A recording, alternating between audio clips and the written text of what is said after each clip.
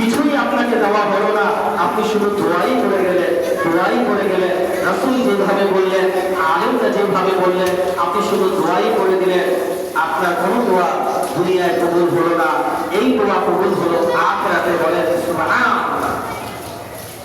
আল্লাহ রাসূল সাল্লাল্লাহু আলাইহি ওয়াসাল্লাম বলেন, যখন বান্দা কিয়ামতের দিন দেখবে তার সবগুলো দোয়া আখিরাতে কবুল হয়েছে, ওই ব্যক্তি আল্লাহর কাছে ফরিয়াদ করে বলবে, রাসূল বলেন যে দুনিয়ার মধ্যে যত দোয়া করেছি সবগুলো যদি কবুল না হয় আজকের দিনে কবুল হতো, তাহলে আমি আজকে জান্নাতি হয়ে যেতাম। বলেন সুবহানাল্লাহ।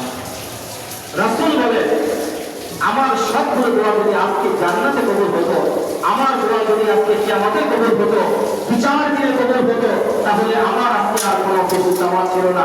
আমি যা চেয়েছি আল্লাহ দুনিয়ায় তা দিয়েছেন, এখন তো আমার আর কিছু নাই।